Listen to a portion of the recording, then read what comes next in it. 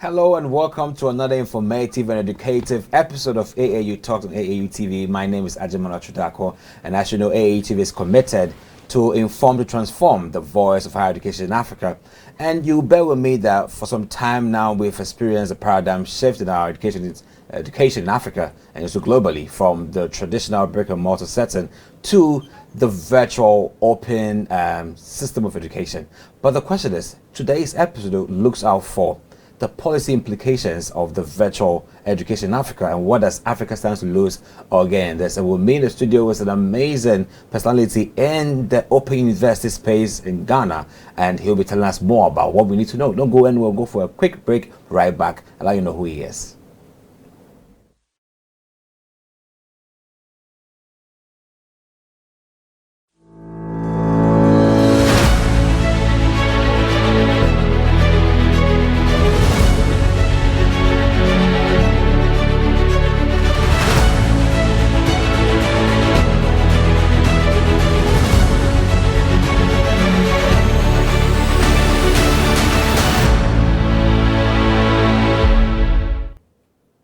Moya, you're welcome back, Akwaba, to AAU Talks. My name is Ajimana Chudako, and I'm glad to present you the topic, the policy implications for virtual universities in Africa, and what does Africa stands to gain or lose. And if you're interested in this topic, then you can just share in your comments as we start the interview. Don't go anywhere. Today, I have with me Mr. Yusif Samudeen, the country director for the International Open University. Welcome to AAU Talks, Samudeen. Thank you for having me once again. Great. You know, many people want to know who you are and what you do. So I'm going to ask one question to just give us a sum of what you do in a day. What is it like in the day of Samudeen in a day? What's it kind of like? What do you do?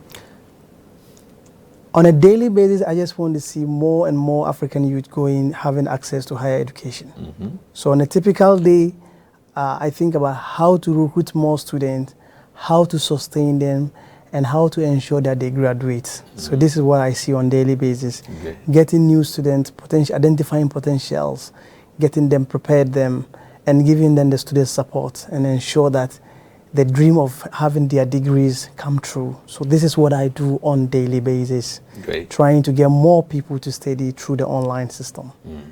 You know, tapping into your submission, that stems the whole conversation right here, that you're passionate about opening the access for people to study, limiting some more people to study to higher education. But let's take it from your point of view. How have you seen the emergence of virtual education in Africa, from where it started globally to our setting? How has it been like? There have been some major transformation, particularly with the coming in of COVID-19. Mm.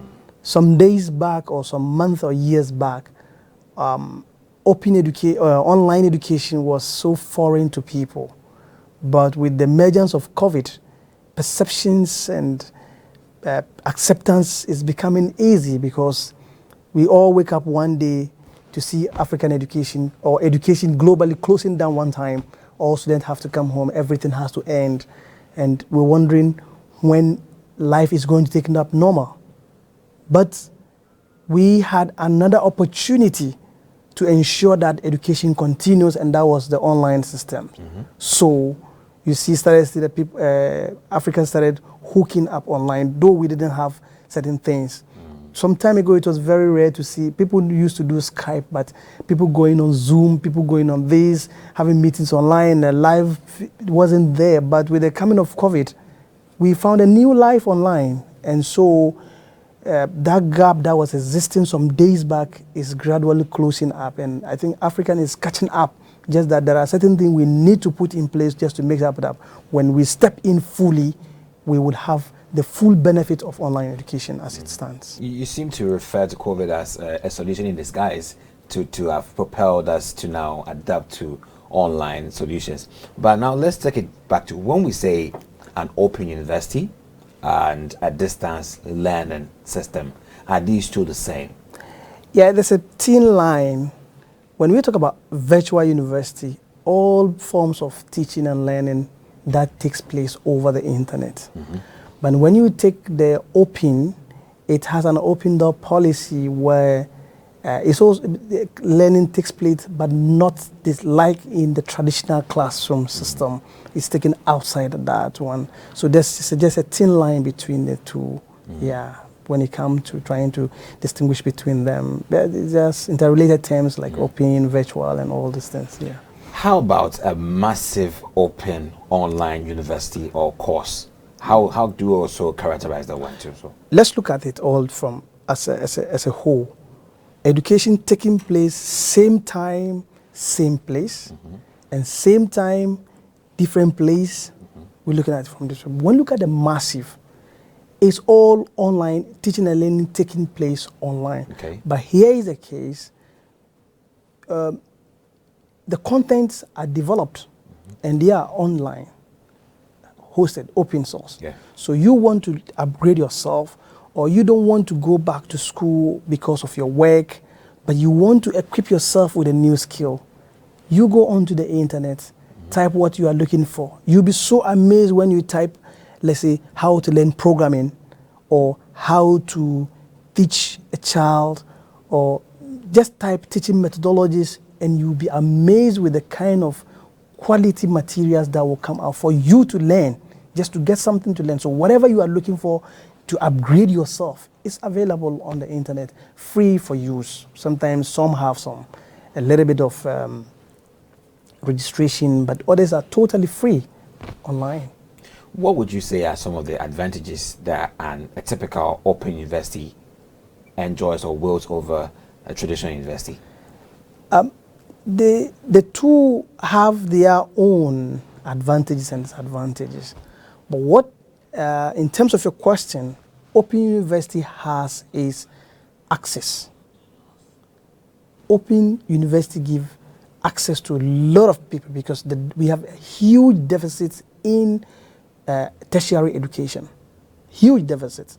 And I'm not sure if we want to absorb all the people who graduate from the high school into the university, we can stand this budget. Then it means that on typical day, we need to set up new universities if we are able to absorb this. But with the open university system, we can be able to absorb all, at least 90% of the people. With little resources, we make full utilization of the resources that we have. For example, if you have a professor to teach accounting or mathematics, if it's in a typical university, he will be teaching to about maximum of 1,000 students. But the same professor can teach about 1 million students at a time. How? Through the videos that he has recorded. So access is one. Cost effectiveness. How much does it cost to take a degree in your university? Just check it. How much? $2,000, $4,000, $5,000. Yeah. But you can get the same course online, maybe at a very cheaper place. Flexibility. How many people want to leave their job? Today, their jobs are not there. But if you want to that, okay, I want to leave my job and go back to school, by the time you come, somebody has occupied your space. Yeah. So these are some of the advantages that online education is bringing on board. And there are multiple benefits it brings in terms of investment, in terms of promoting, boosting the economy, because investing in educational resources and all these things is very massive, creating jobs and all these things. So online university has come, it has its own advantages that is very huge, and we need to tap fully into them. Let's now draw deeper into the preparedness of African higher education institutions or the African education system towards virtual education. If preparation starts from legislation and policy aspect, do you think there could be any policy aspect, legislation that could help support the growth? Of course, yes. Of course, yes. Policy directs how things should go about. Some days ago, some years back, people's perception about online education was different.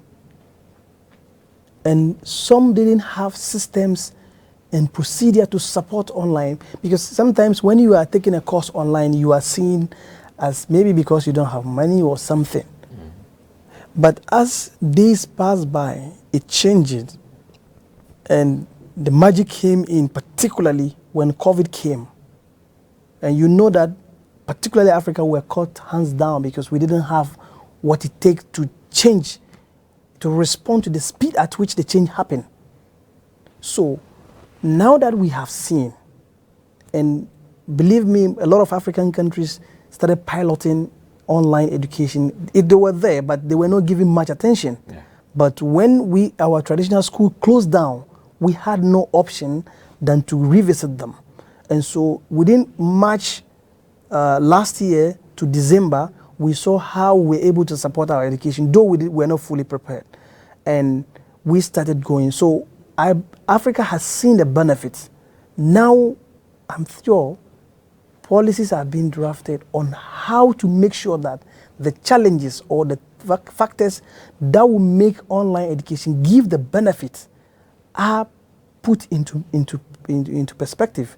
Particularly, access to internet is a key issue. Yeah. Access to computer is a key issue. Yeah. So what is the policy direction as we go along? What is going to be done to ensure that the cost of internet is very cheap? The speed of internet is increased at a good prices. People have access to internet. What are we going to ensure that the materials that are recorded online, what quality standard are they going to meet? Yeah. Those who are establishing online education, what is expected of them? What systems and procedure are we putting in place to ensure that they deliver the high quality education just like the virtual universities are doing? Okay. So there's a lot of work to be done as far as the policy issues are concerned. You know, one other issue is the resentment of traditional universities against online open universities. Do you feel there's some resentment at all? Of course there is, because a lot of studies have discovered, have come up with issues regard to how employers, the job market, perceive students graduating from online universities. How are they, particularly if you go on an interview panel and those in panel get to see that you are taking a course from, you took your certificate from online university, automatically you see that you are getting closer to zero than nothing, doubting your credibility as against the traditional university system. But it is changing gradually. Those perceptions are there, but now it is also changing at a point, because there are other studies that are also proving otherwise. Because you can find somebody who has graduated from a particular university, traditional university, and he's working, and the person started building up his skill using these access open source materials, and it has enhanced the performance of the person. So if we can do a critical study about the impact of the people who have graduated from the traditional university system and are working in a corporate institution, and when they started learning online, what advantage have they gotten? Because there are a lot of people who are taking their doctoral master's programs online. Yeah. These people, how are they performing on the job? So a lot of studies need to be done, particularly using the COVID case as a case study now to see those people, what is the impact? Minus the traditional university, they left since post-traditional university, when they left the university and came, what new courses have they added themselves? And how has it affected their performance and their job? So yes, that resentment is there, but we have no choice. If we want to live the future, we have no choice than to embrace online education, because that is where everything is going now. You know, regarding the issue about the employer sentiment towards students who graduate from online universities, one of the biggest issues in here is the quality assurance regards to academic dishonesty and supervision. What response does a typical open university have to have for such perceptions? Yes, a lot of systems are coming up, and a lot of systems are being put in place to ensure that online university give the best. Like I look at somebody taking an online course from a reputable institution, as against somebody taking an online course from another startup university. Who will you employ? I'm just asking. Maybe perhaps you think that, okay, I want to take somebody who has taken an online course from Harvard. Why? So the online institutions are putting in systems, because, for example, I'm using my university as a case study. We have learning centers. across the country where students come to write their exam. So beside what, in terms of IT infrastructure, what has been put in place to ensure that it control quality and all these things, we also have some form of control. For example, a student coming to write his examination, I need to ensure that it is A or B who is writing his examination by producing his ID. And when the person produces the ID and he takes the examination, I'm standing there to monitor him on this. Other universities have some web pages. For example, if you want to take a course, you are mandated to open that web page. And when you open that web page, it stops you from viewing from other sites. So you see that gradually, a lot of things are being done to ensure that what is being the challenge or what is being the fear in Open University is being curtailed through new systems and technologies that are coming up. So if you're currently enrolled in an Open University or you're an employer who has some employees who are graduates of Open Universities and you have some fears today, Samudeen here is allaying all these fears and restoring the trust in online universities and Open Universities. So don't go anywhere, we'll go for a quick pause. We'll come back, I'll let you know more about discussion on policy implications on African virtual universities. Don't go anywhere.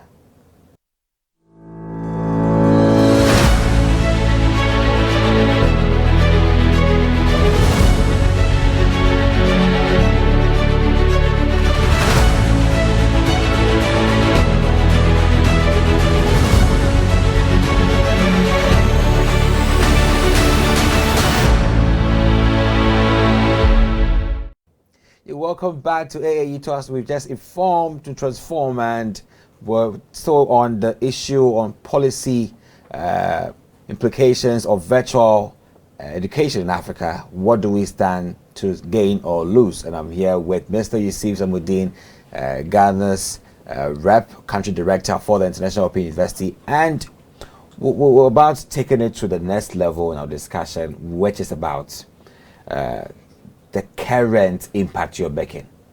You know, you keep referring to COVID as that gateway, COVID being the breakout moment for the realization of the impact of online and virtual universities in Africa, precisely.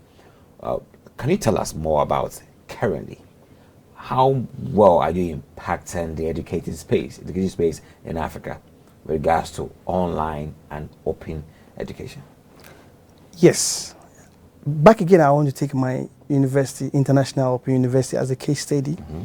Some time ago, some few years back, we started a 1 million scholarship project to give education, access to higher education to 1 million graduates. These are the one that we are looking at. A lot of people could not afford to attend the traditional university because of the cost sometimes, or maybe flexibility and all these things. But when we started rolling out across African countries, you see that the enrollment is becoming tremendous. A lot of people are going up. What will happen after 4 years or 8 years when these people are done and they are on the job market giving out their best? So online education is making a great impact. Now, some time ago, the primary schools didn't introduce online schools. But now, with the Open University system, when the COVID came, I still refer back to the COVID because that was what we are talking about. Some schools didn't close totally. They still continued there. Just imagine if we break for 1 year without going to school. And this is a typical issue in an African country because when the COVID came, some section of people did not have access to education for a whole year or 6 months or something. What will happen to these people? But some continue their education. What will happen to them again? So, yes, a Open University is making a lot of impact. We need to do a lot. Now the case has happened. We have gone through it. A lot of people are now investing more into it. It's boosting the economy in one way or the other. It is enhancing the human resources that we are training and developing and blah, blah, blah, and all these things.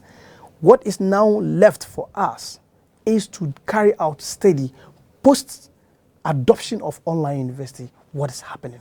And a lot of people, the deficit is gradually being reduced. I can't give you statistics, but I believe that the deficit we have in higher education is reducing gradually, as compared to some time back that if you don't get admission into a particular school, you have to wait till another time.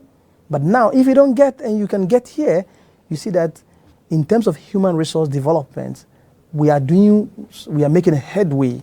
Yeah, and I believe that Open University is doing great. Just that it's time for us to now see that no, it's a real thing. So the traditional universities themselves have to open up the space to start rolling in. Of course, a lot are doing now, particularly that's coming. There are so many universities, I can mention their names, who have now pushing fully into that one. They are recording new materials now. Even if they are not going online, but materials are being recorded online and being shared to the students, and students are learning. And you see, when you go online to study, it broadens your learning space. Because if you are learning, particularly you are learning about, just imagine you are learning about journalism, or how to program, or how to write a speech. Maybe you read a book in your classroom, but with the open space, type how to write a speech or how to read a speech, and you'll be amazed with the materials that will come. So by the time you finish reading your book and going through this open material, how will you assess yourself? So it is helping in the development of the human resource that we have seen. So do you think the policy environment really supports the emergence of open universities with regards to requirements? Yes, some time ago it wasn't, but now that COVID has taught us a lesson, and we don't know when it is going to end. We don't know whether there will be another outbreak. So we can't afford, as a continent, to sit down again. And I'm very sure that systems are being put in place, because the reception that we are receiving now is far better than some days back. And so I know soon or later, those policies that were not existing, I know now consideration are being given to them to ensure that the gaps that were existing are closed, to give online education access to thrive very well. Yeah. Let's take it from the point. Why would you classify an institution with regards to their contribution in virtual and open spaces? Let's say, to what percentage would you say, okay, this institution, in terms of their education, online and both face-to-face, they are in this category, and these people 100% are doing this, and that makes them a 100% virtual institution. How do you categorize? What is the characterization for these institutions and what they do? We look at to what extent of the session of the material are being taken online. So if from 0 to 30% is traditional, right? You are not taking students to take materials online, blah, blah, blah. Then you are still a traditional university. But if from 30% to 80%, you are doing, if you are doing a bit of online, so some courses are being taken online, or some classes are being taken online at a point, and maybe some student will take a lecture, particularly on a radio today, or lecture has sent the material here, then you are doing a hybrid system. As against the one that we have that is 100% online, like our university, we are fully 100% online.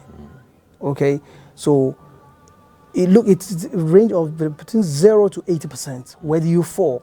If you are doing 50-50, then it means you are a hybrid university where you do part online and part offline. But if you are doing less than 50, then you are typically a traditional university without taking anything online. And then when you are 100% online too.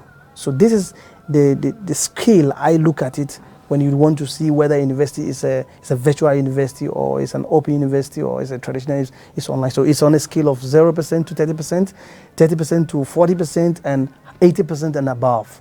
That shows where you fit. Yeah. Let me put before you one of the biggest issues that people have with studying in an open space for learning.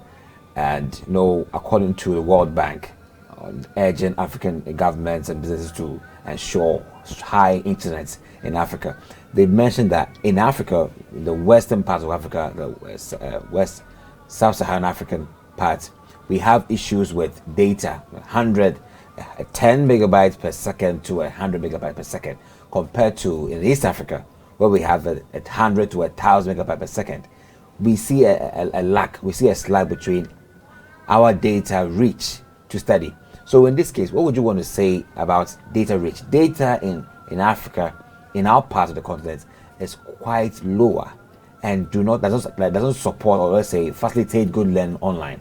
How has that affected your course at Open University? Of course, you have challenges when students are taking examination. For example, the internet goes off. Maybe he's writing an examination, power goes off. It's affecting students in one way or the other. But on individual institution level, little can we do. But from policy perspective, more investment should be done into making internet available to the people. Or from policy perspective, what is government direction? What are we going to do to ensure that these telcos provide the best of internet? Can a single university control that? No. This is a macro level policy that needs to be taken, because without data, it will be very difficult for us to go there, because we have to find other means. Like, for example, our university, we have pre-downloaded materials. Okay, so if you have a student, instead of him to pay so much to get his material, where download costs, sometimes you have to wake up midnight before you can have very smooth internet. Yeah. You can come to the place, get your materials that have been downloaded, then you spend a little in terms of cost, in terms of getting access to write your test. So until something happens, we are using other means to support. So the issue of data is still remain a challenge, and we know that as we are thinking through the policies, one of the ways that we have to think is to how to partner with the telcos to ensure that this data becomes the fastest increases at a good prices. It becomes so affordable for people to afford the internet. So these are issues where, as we think through our policy directions, we need to give more attention to how to make internet accessible and affordable to the people. Yeah. Yeah. Let's do a quick one on the state of open and virtual institutions in Africa. Many people express their disdain towards graduates who undertake courses online, not because of what they've learned, but because of where they've learned or where they are affiliated with. But open and virtual education has come to stay. What do you think has to be done in killing off this disdain and building the credibility for yourselves institution-wise? There are two angles. From institutional perspective, we now need to look at what are the criticisms that employers are saying that the graduate that comes out, what is the challenge with them? Is it that they can't perform? Or what is it? So we also need to do post-study to see what is our graduate doing? Where are they? What are they doing? What is their impact? As against what employers are saying. Mm-hmm. They're having a perception. Yeah. And perception passes with time. Sure. It's not forever. Today you have a very negative reputation, but if you invest time and resources to rebuild your reputation, tomorrow you have a very good reputation. Right. Okay, so what is it that employers are saying? Now, during the COVID time, employers has to ask their staff to take certain skills or courses online. Now, when they took them, how has it affected their performance? So the challenges that we perceive or the employers perceive about the graduates as against the performance of the graduate that comes out will show where the difference should come up. Mm. So we are very confident about the material we are producing because... Yeah, question about reputation. Reputation can be built because... So the universities, the open universities need to also invest more into their systems, into their graduates, which most of them are doing, so that you ensure that when someone bears your certificate, he should represent what he bears. So when the task is put up to him, can he perform? Which most are doing very well. Yeah. Well, so give us a wrap up with your own outlook. How do you find the state of virtual education in Africa in the next 5 years? How would you want to see it? I wouldn't be surprised when all of us tend going online, because that is the future of education actually, because we know very well the challenge that we have as a continent. We have resource constraint as against more people who need to be educated. So if we really want to give relevance to the training of our human resources, then Africa cannot be cut out the line. We have no option. It is a must for African government and Africans to stand up to see how can we use the open space to absorb the deficits we have. We have no option because we don't know what outbreak is going to come again. Are we prepared to go back to the problems that we had some years back? No way. So even the traditional universities need to also now open up their space and run some program, because there are some staff members that cannot leave their office and go to school again. So online education has a lot of advantage. And from finance perspective, it is very good for traditional universities to also open up their online, because online run 24 hours. Because if you go from school from 8 o'clock, latest by 6 o'clock, the school's closed. Now, that time that is left, how are you going to use that at a university to raise funds to support yourself?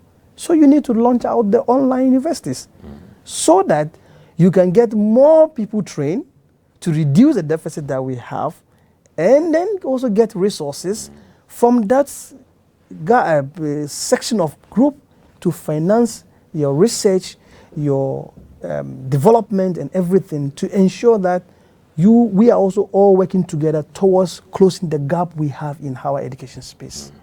I believe you're nodding to the plethora of advantages that online virtual education has for everyone in Africa, in terms of the number, the accessibility, and also the savings, of course, and efficiency, basically, as Mr. Samudeen has mentioned to us. So it's about time that we consider the full adaptability of virtual education, online education, beyond even the issue of COVID. You know, COVID is more of like a solution is guide, but we should make ways and means to just structure and standardize online learning in Africa, and also make sure we get a policy that strengthens it, because it has a lot to offer us. That's where time can permit us today on the show on AAU Talks. And thank you so much, Yusif Samudeen, for your time and also insight you shared with us. I appreciate it. My name was Ajimon Ochudako, and I was your host today. Don't go, just stay with us on AAU TV. Watch more of our programs as we're dedicated to inform, to transform. Don't go anywhere. Bring you more programs. Have a nice day, and bye.